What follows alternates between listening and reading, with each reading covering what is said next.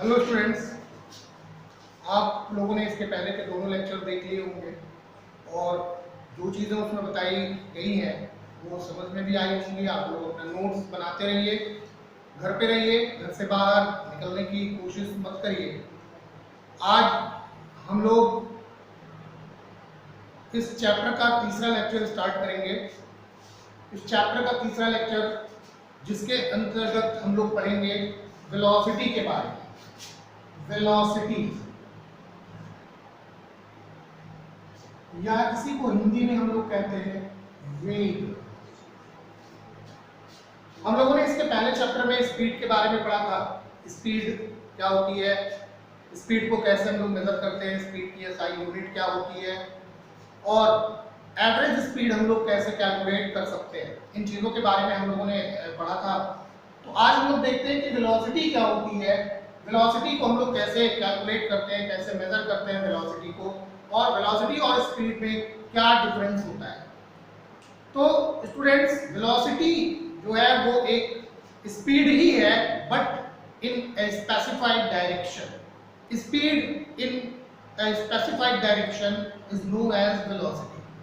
जैसे हम लोगों ने स्पीड में पढ़ा था कि distance travelled in unit time, that is known as speed. तो वेलोसिटी की भी डेफिनेशन यही होती है, बस फर्क इतना होता है कि किस पर्टिकुलर डायरेक्शन में वो मूविंग बॉडी जो है वो जा रही है, किस पर्टिकुलर डायरेक्शन में कितनी स्पीड से जा रही है। यही चीज जो होती है वो वेलोसिटी कहलाती है। तो वेलोसिटी को हम लोग इसी तरह से डिफाइन कर सकते हैं जैसे हम लोगों ने स्पीड को डिफाइन किया था। कैसे हम लोग वेलोसिटी को डिफाइन कर सकते हैं? It is the distance traveled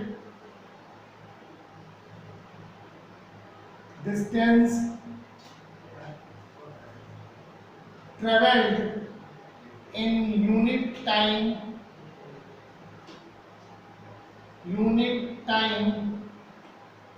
by a moving body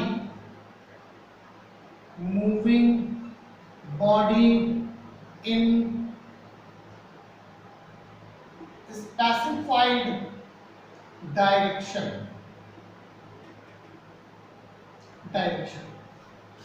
velocity क्या होती है? वेलोसिटी जो है वो है distance travelled in unit time by a moving body. किसी भी गतिशील वस्तु के द्वारा एकांक समय में जो दूरी तय की जाती है, और स्पेसिफाइड डायरेक्शन का मतलब कि किसी विशेष दिशा में, उसी को हम लोग वेलोसिटी कहते हैं। जैसे अगर मान लेते हैं कि कोई भी मूविंग व्हीकल जो है वो 40 किलोमीटर पर आवर के स्पीड से चल रहा है, तो दिस इज द स्पीड, ये स्पीड है। लेकिन अगर इसी को हम लिखें कि 40 किलोमीटर पर आवर इन नॉर्थ, तो ये उस मूविंग बॉडी की वेलोसिटी होगी। अगर हम लोग क्या करें, हम लोग मैग्नीट्यूड के साथ साथ डायरेक्शन को भी बताते हैं, तो वो वेलोसिटी होगी। क्योंकि हम लोगों ने पहले ही पढ़ा था वेलोसिटी जो है वो एक वेक्टर फिजिकल क्वांटिटी है। It needs magnitude as well as direction. इसको मैग्नीट्यूड और डायरेक्शन दोनों की आवश्यकता होती है। इसलिए हम लोग जब कभी भी स्पीड के साथ डायरेक्शन को शो करेंगे, स्पीड के साथ जब भी डायरेक्शन को शो करेंगे तो वो वेलोसिटी होगी, और विदाउट डायरेक्शन वो स्पीड होगी।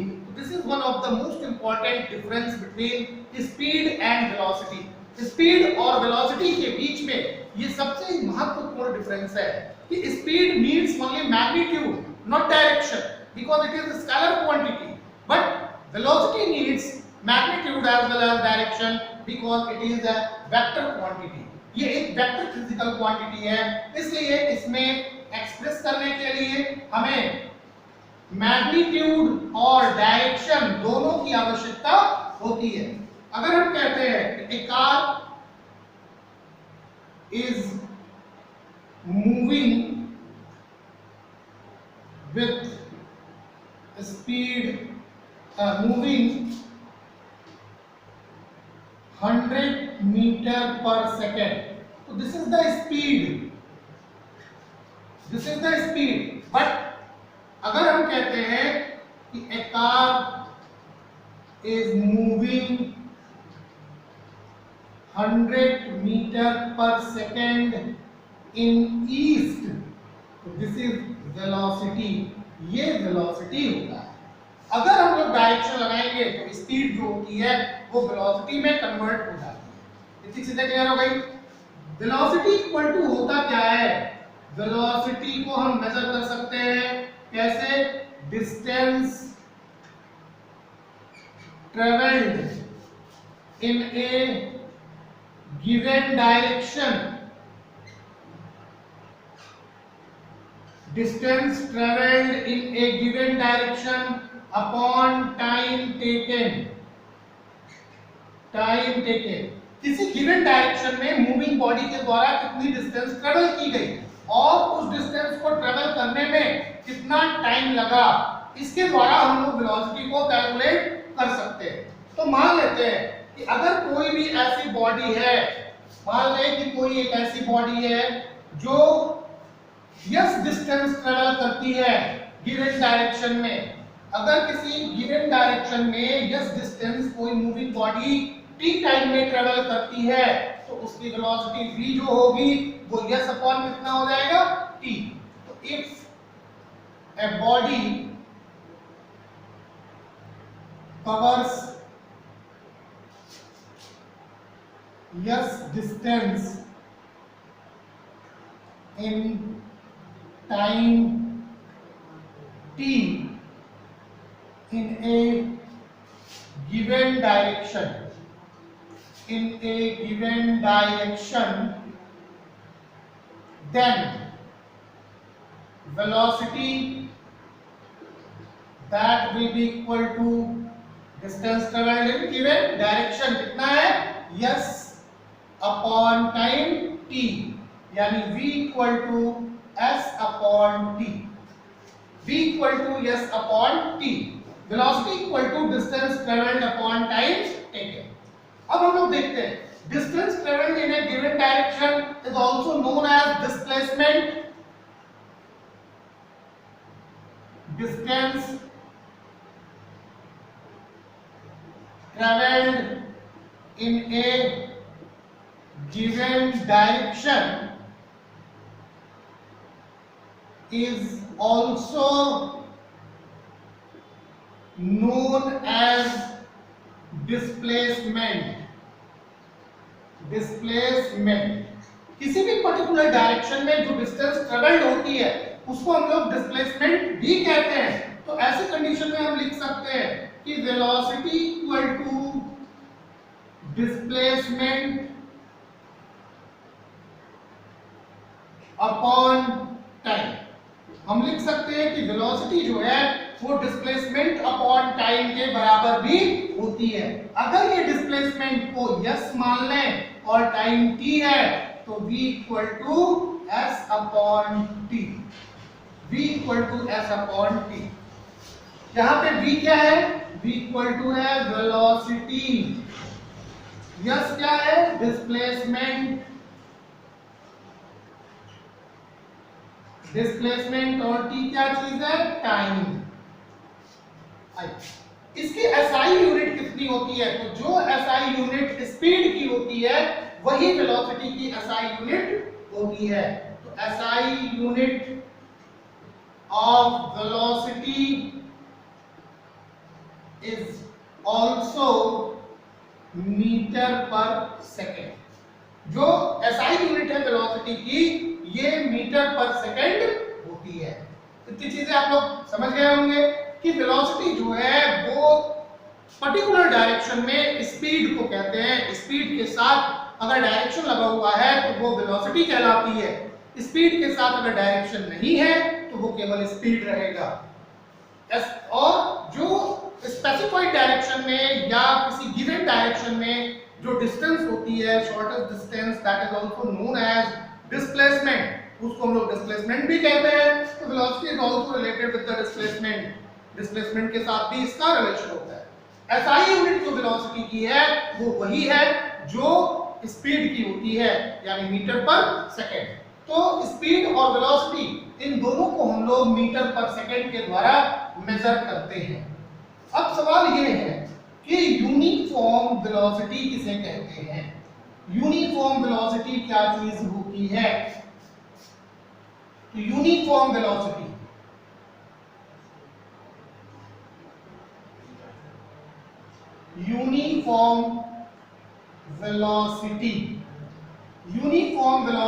क्या चीज है?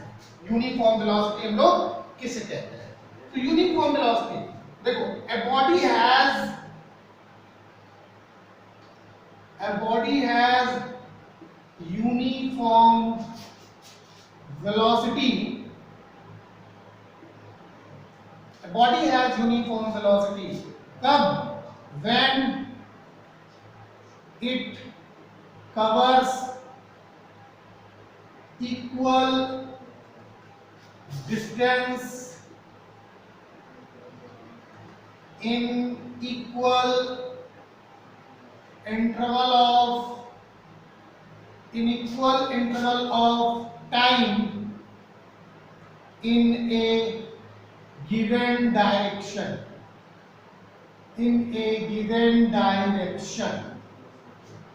तो कोई भी बॉडी जो है वो यूनिफॉर्म वेलोसिटी शो करती है अगर वो equal distance, equal interval of time में ट्रेवल करती है किसी दिए गई डायरेक्शन में।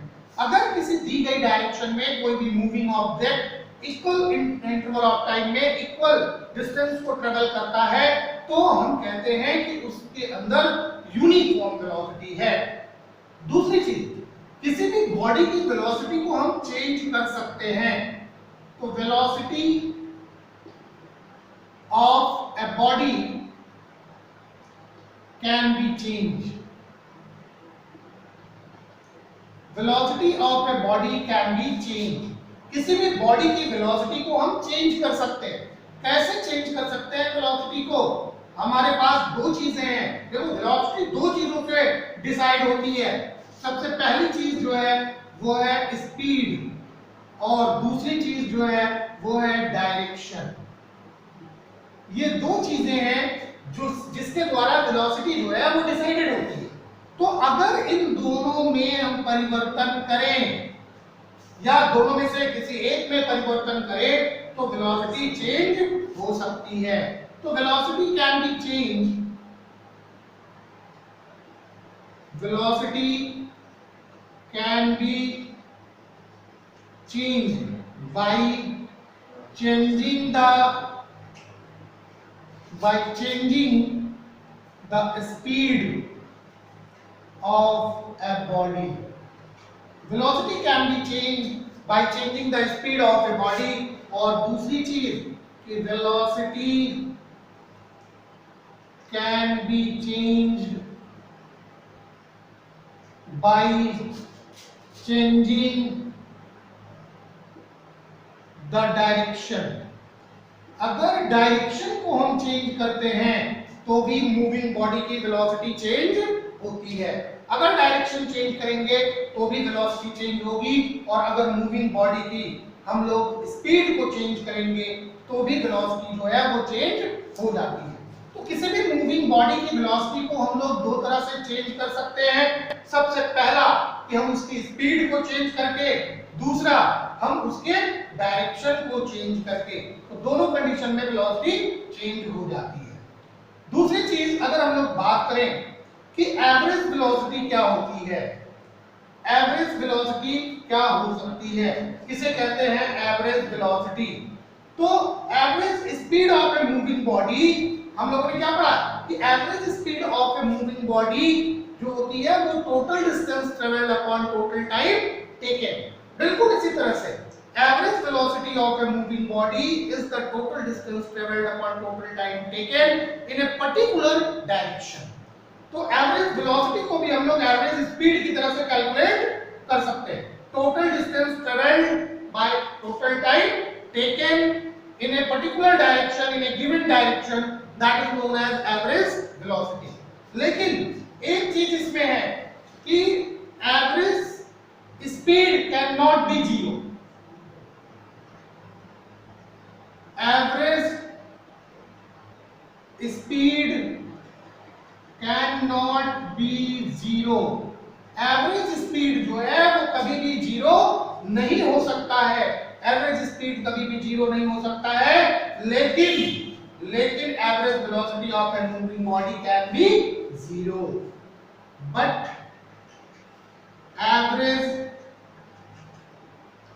velocity of a moving body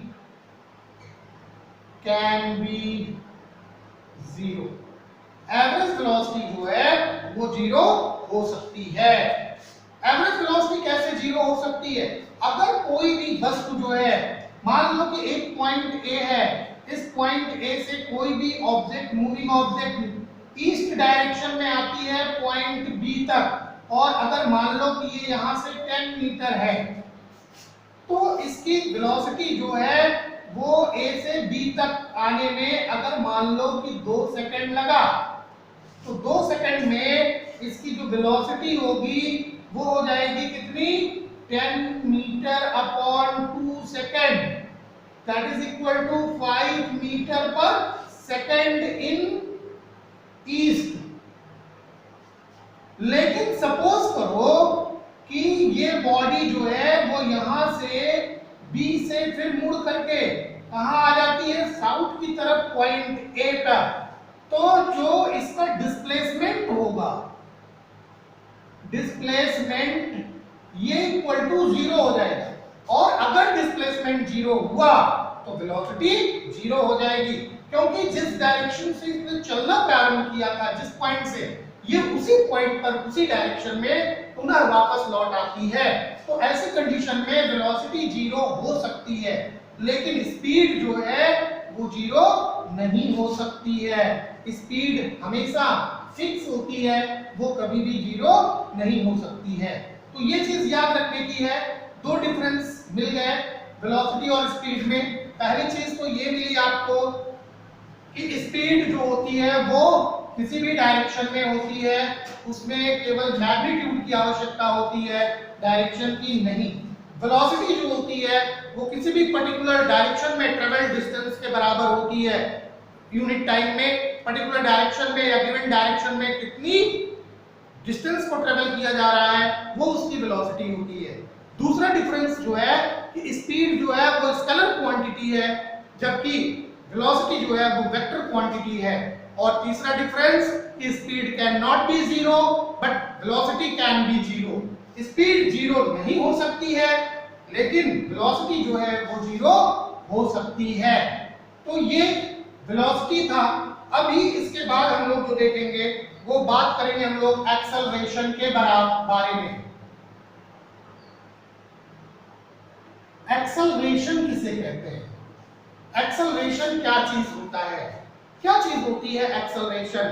तो एक्सेलरेशन का मतलब होता है to speed up with respect of time, समय के साथ साथ स्पीड का बढ़ना, यही जो है वो एक्सेलरेशन कहलाता है। या हम यूं कहें कि change in velocity with respect of time, समय के साथ साथ वेलोसिटी के अंदर, मूविंग बॉडी की वेलोसिटी के अंदर परिवर्तन होना ही एक्सेलरेशन कहलाता है। जैसे अगर आप लोगों ने देखा होगा कि जब हम लोग कभी कोई भी ट्रैवलिंग करते हैं किसी भी व्हीकल के द्वारा, ट्रेन के द्वारा या फिर बस के द्वारा या कार के द्वारा या बाइक के द्वारा, किसी भी मूविंग बॉडी के द्वारा जब हम लोग ट्रैवलिंग करते हैं तो पहले जो है वो मूविंग बॉडी स्लोली स्टार्ट करती है और धीरे धीरे धीरे धीरे उसकी स्पीड बढ़ती जाती है और लास्ट तक जाते जाते क्या होती है, उसकी स्पीड और तेज हो जाती है। कोई भी मूविंग बॉडी जो है वो ऐसा नहीं होता है कि अपने इनिशियल पॉइंट से ही अचानक में 60 किलोमीटर पर घंटे की रफ्तार को अटेन कर ले, ऐसा नहीं होता है। पहले कोई भी मूविंग बॉडी जीरो से स्टार्ट करती है और जीरो से पहले 5 किलोमीटर पर आवर, फिर धीरे धीरे बढ़ेगा 10 किलोमीटर पर आवर और फिर धीरे धीरे 15 किलोमीटर पर आवर और फिर धीरे धीरे जो होता है वो 20 किलोमीटर पर आवर और फिर धीरे धीरे 25 किलोमीटर पर आवर, 25 से फिर 30, 30 से फिर 35, 35 से फिर 40, 40 से फिर 45 किलोमीटर पर आवर तक या इससे भी ऊपर की स्पीड को प्राप्त करता है। तो ये स्पीड अचानक में गेन नहीं हो जाती है, स्टेप टू स्टेप होती है, और इस स्टेप टू स्टेप की स्पीड बढ़ने का जो प्रक्रिया होता है वही क्या कहलाती है, वही एक्सेलरेशन कहलाती है। क्योंकि यहां से यहां तक पहुंचने में कुछ ना कुछ तो टाइम लगता है, फिर यहां से यहां तक पहुंचने में कुछ ना कुछ टाइम लगता है, फिर यहां से यहां तक पहुंचने में कुछ ना कुछ टाइम लगता है। तो जो भी टाइम लगता है उस टाइम के अकॉर्डिंग में जो वेलोसिटी में चेंजिंग होती है उसी को एक्सेलरेशन कहते हैं। तो एक्सेलरेशन को हम लोग डिफाइन कर सकते हैं, कैसे डिफाइन कर सकते हैं कि the rate of change of its the rate of change in velocity of a moving body is called acceleration. The rate of change in velocity of a moving body is called acceleration. या इसी चीज को हम लोग इस तरह से लिख सकते हैं कि the change in velocity of a moving body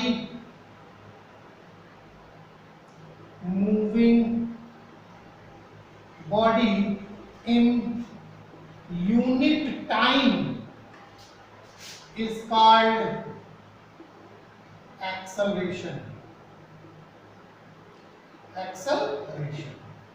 The change in velocity of a moving body in unit time is called acceleration. Acceleration को हम लोग स्मॉल a से रिप्रेजेंट करते हैं। Acceleration is denoted by a letter A.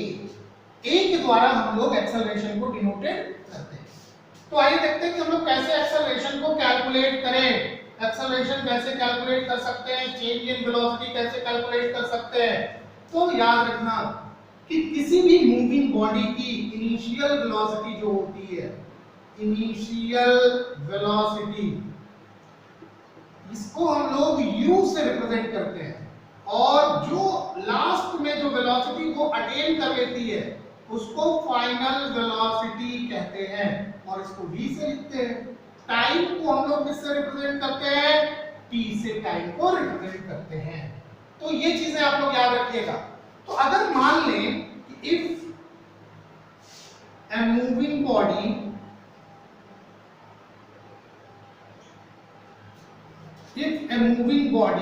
move with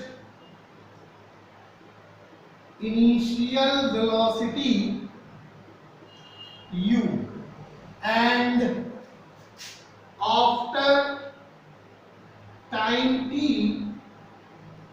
its velocity becomes v। मान लेते हैं कि एक मूविंग बॉडी जो है वो अपनी इनिशियल वेलोसिटी u से मूव करना स्टार्ट कर रही है, लेकिन टाइम t के बाद इसकी वेलोसिटी बढ़ करके कितनी हो जाती है, v। तो कितना डिफरेंस हुआ इसमें, चेंज इन वेलोसिटी कितना हो गया, ये हो गया final velocity minus initial velocity. Final velocity minus कितना, इनिशियल वेलोसिटी, यानी कि फाइनल वेलोसिटी कितनी है, v माइनस इनिशियल वेलोसिटी कितनी है, u। और ये चेंज होने में समय कितना लग रहा है, तो time taken in changing the velocity. Velocity को चेंज होने में जो टाइम लग रहा है वो t सेकंड लग रहा है। तो अब एक्सेलरेशन कितना हो जाएगा,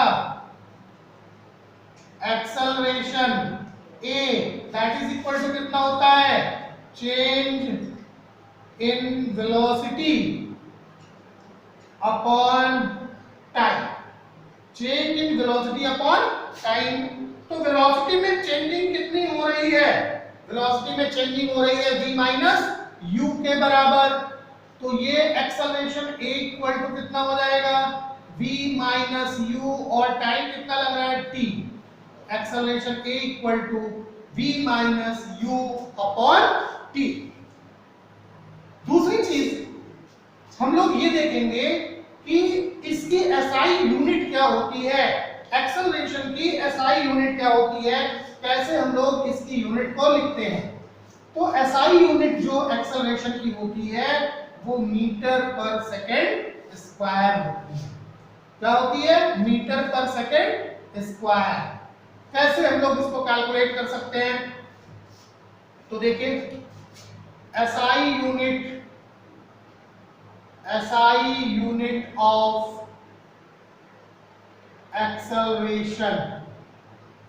acceleration A, that is equal to unit of initial velocity minus unit of final velocity minus unit of initial velocity upon unit of time। तो unit of a equal to, देखो फाइनल वेलोसिटी की unit भी क्या होगी metre per second, minus इसकी भी unit क्या होगी metre per second, upon time की यूनिट क्या होती है सेकेंड। तो मीटर पर सेकेंड में से मीटर पर सेकेंड माइनस होगा तो बचेगा क्या मीटर पर सेकेंड, अपॉन कितना हो जाएगा सेकेंड, या इसी को लिख सकते हैं metre upon second into second, और यही इक्वल टू हो जाएगा मीटर अपॉन सेकेंड स्क्वायर, या इसी को लिखते हैं मीटर पर सेकेंड स्क्वायर, या आप इसको इस तरह से भी लिख सकते हैं metre second to the power -2। तो this is the SI unit of acceleration. Acceleration को हम लोग इसी में नापते हैं।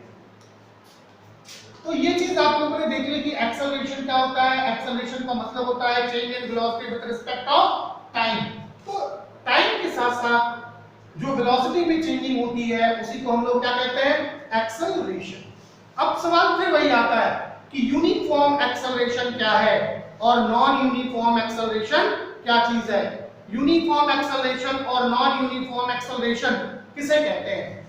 यूनिफॉर्म एक्सेलरेशन का मतलब क्या हो गया कि अगर बॉडी जो है मूविंग बॉडी वो स्ट्रेट लाइन में चल रही है और इसकी जो वेलोसिटी है वो समय के साथ साथ बढ़ती जा रही है, यानी इक्वल इंटरवल टाइम में इक्वल अमाउंट में बढ़ रही है, तो इस तरह का जो एक्सेलरेशन होगा वो यूनिफॉर्म एक्सेलरेशन होगा। तो यूनिफॉर्म एक्सेलरेशन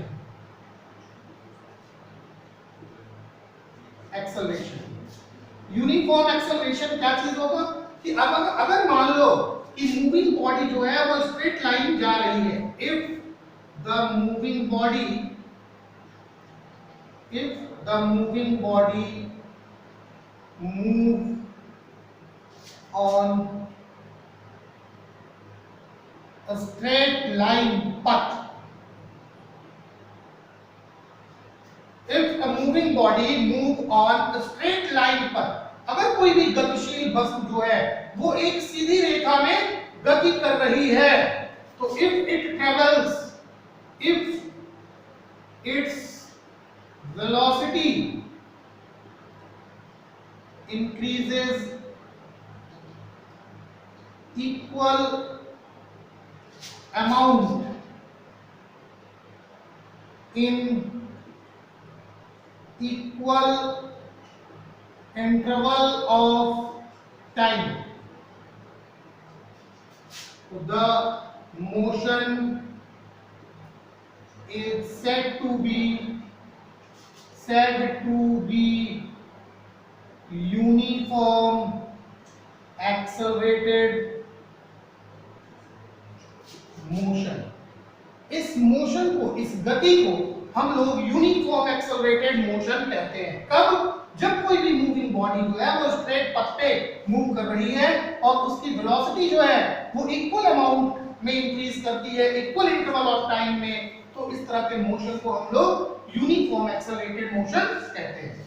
ध्यान देने की बात यह है, इसके लिए हम लोग एक ग्राफ प्लॉट करते हैं वेलोसिटी और टाइम में। इसमें हम लोग ग्राफ प्लॉट करते हैं। अगर ग्राफ हमको स्ट्रेट लाइन मिलता है तो ये यूनिफॉर्म एक्सेलरेटेड मोशन होगा, ये यूनिफॉर्म एक्सेलरेशन होगा। लेकिन अगर मान लेते हैं कि मूविंग बॉडी स्ट्रेट लाइन पथ पे मूव कर रही है but its velocity increases unequally in equal interval of time. अगर मान लो कि कोई भी मूविंग बॉडी स्ट्रेट लाइन पथ पे मूव कर रही है लेकिन उसकी वेलोसिटी जो होती है वो अनइक्वल होती है इक्वल इंटरवल टाइम में, तो उस मोशन को हम लोग नॉन यूनिफॉर्म एक्सेलरेटेड मोशन कहते हैं। तो अगर मूविंग बॉडी की वेलोसिटी जो होती है वो इक्वल इंटरवल ऑफ टाइम में अनइक्वल होती है, यानी डिफरेंट डिफरेंट जो होती है वो वेलोसिटी चेंज होती है, तो ऐसी कंडीशन में जो एक्सेलरेशन प्रोड्यूस होता है वो नॉन यूनिफॉर्म एक्सेलरेशन होता है। तो नॉन यूनिफॉर्म एक्सेलरेशन क्या है? Non uniform acceleration when a moving body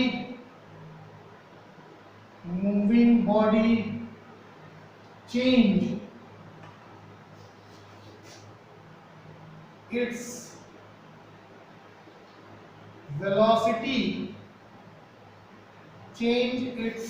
velocity in unequal interval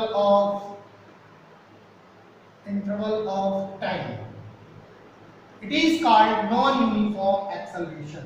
अगर इक्वल अमाउंट ऑफ वेलोसिटी जो है वो अनइक्वल इंटरवल ऑफ टाइम में चेंज होती है तो इसको नॉन यूनिफॉर्म एक्सेलरेशन कहते हैं। और v और t में अगर हम ग्राफ प्लॉट करें तो ये कर्व लाइन मिलता है। ये जो कर्व लाइन है ये नॉन यूनिफॉर्म एक्सेलरेशन को शो करता है। Non uniform acceleration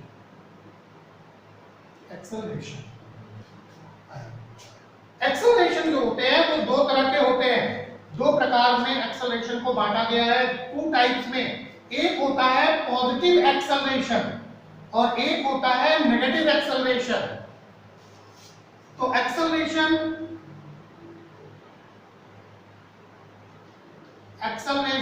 is of two types. ये दो प्रकार के होते हैं। पहला जो होता है वो क्या है? Positive acceleration. पॉजिटिव एक्सेलरेशन क्या होता है? किसे कहते हैं पॉजिटिव एक्सेलरेशन? तो when the velocity of a moving body increases with respect to time, तो that is known as positive acceleration। जैसे अगर मान लेते हैं कि एक कंडीशन और जान लेते हैं कि when initial velocity is less than final velocity, अगर इनिशियल वेलोसिटी जो है वो कम है फाइनल वेलोसिटी से तो ये पॉजिटिव एक्सेलरेशन है। पॉजिटिव एक्सेलरेशन है। और दूसरी कंडीशन नेगेटिव एक्सेलरेशन क्या होता है? नेगेटिव एक्सेलरेशन कि when the velocity of moving body decreases, when the velocity of a moving body decreases with respect of time। समय के साथ जो वेलोसिटी होगी वो क्या होती है? घटती जाती है। यानी एक कंडीशन जो अराइजेस होगी कि u is greater than v, initial velocity जो होगी वो ज्यादा होगी और फाइनल वेलोसिटी क्या होगी? कम होगी। तो इसको हम लोग नेगेटिव एक्सेलरेशन कहते हैं। और नेगेटिव एक्सेलरेशन को ही हम लोग एक और नाम से जानते हैं और वो नाम है रिटार्डेशन। इसी को हम रिटार्डेशन कहते हैं, रिटार्डेशन भी कहते हैं। तो अब जैसे मान लो कि एक ट्रेन जो है, एक ट्रेन प्लेटफॉर्म से चलना शुरू करती है, तो आपको देखा है कि प्लेटफॉर्म से जब ट्रेन चलती है तो धीरे धीरे धीरे धीरे अपनी स्पीड बढ़ाती जाती है, इसकी स्पीड धीरे धीरे बढ़ती जाती है और जैसे ही वो आउटर सिग्नल को क्रॉस करती है, आउटर सिग्नल को जब ये क्रॉस कर लेती है तो इसकी स्पीड और तेज हो जाती है। ये अपनी स्पीड में जो डिटरमिन्ड स्पीड है उसमें ये रन करना शुरू कर देती है। तो इसको हम लोग पॉजिटिव एक्सेलरेशन कहते हैं। ये पॉजिटिव एक्सेलरेशन है। लेकिन जब अगला स्टेशन आने वाला होता है, अगला स्टेशन जब आने वाला होता है तो आउटर सिग्नल से ही ये अपनी स्पीड को क्या करती है, घटाना शुरू करती है। तो आउटर सिग्नल से स्पीड जो होगी वो डिक्रीज होना शुरू हो जाती है, स्पीड डिक्रीजेज और एट लास्ट आकर के क्या हो जाती है, stop at the station. Station पे आके ये रुक जाती है। तो स्टेशन पे जब आती है तो इसकी फाइनल वेलोसिटी जीरो होती है और जब आउटर सिग्नल पे होती है तो इसकी जो इनिशियल वेलोसिटी होती है ये मैक्सिमम होती है। जबकि यहाँ जब ट्रेन स्टेशन से चलती है तो इनिशियल वेलोसिटी जीरो होती है और जब वो आउटर सिग्नल को क्रॉस कर जाती है तो वेलोसिटी जो है वो मैक्सिमम, फाइनल वेलोसिटी मैक्सिमम होती है। तो जब इनिशियल वेलोसिटी मैक्सिमम हो और फाइनल वेलोसिटी जीरो हो जाए तो ये रिटार्डेशन होगा या नेगेटिव एक्सेलरेशन होता है। और अगर इनिशियल वेलोसिटी जीरो है और फाइनल वेलोसिटी मैक्सिमम हो रहा है तो ये पॉजिटिव एक्सेलरेशन होता है। तो स्टूडेंट्स इतनी चीजें आप लोग समझ लिए होंगे। इन चीजों को आप लोग अपनी कॉपी पे नोट कर लीजिए और जितने भी फॉर्मूले हमने बताए हैं उनको आप लोग फिर से एक बार रिपीट कर लीजिए, तैयार कर लीजिए। अब इसके बाद आप लोगों को हम क्वेश्चंस देना शुरू करेंगे और इन्हीं फॉर्मूलों के बेस्ड ऑन आप लोग न्यूमेरिकल सॉल्व करोगे।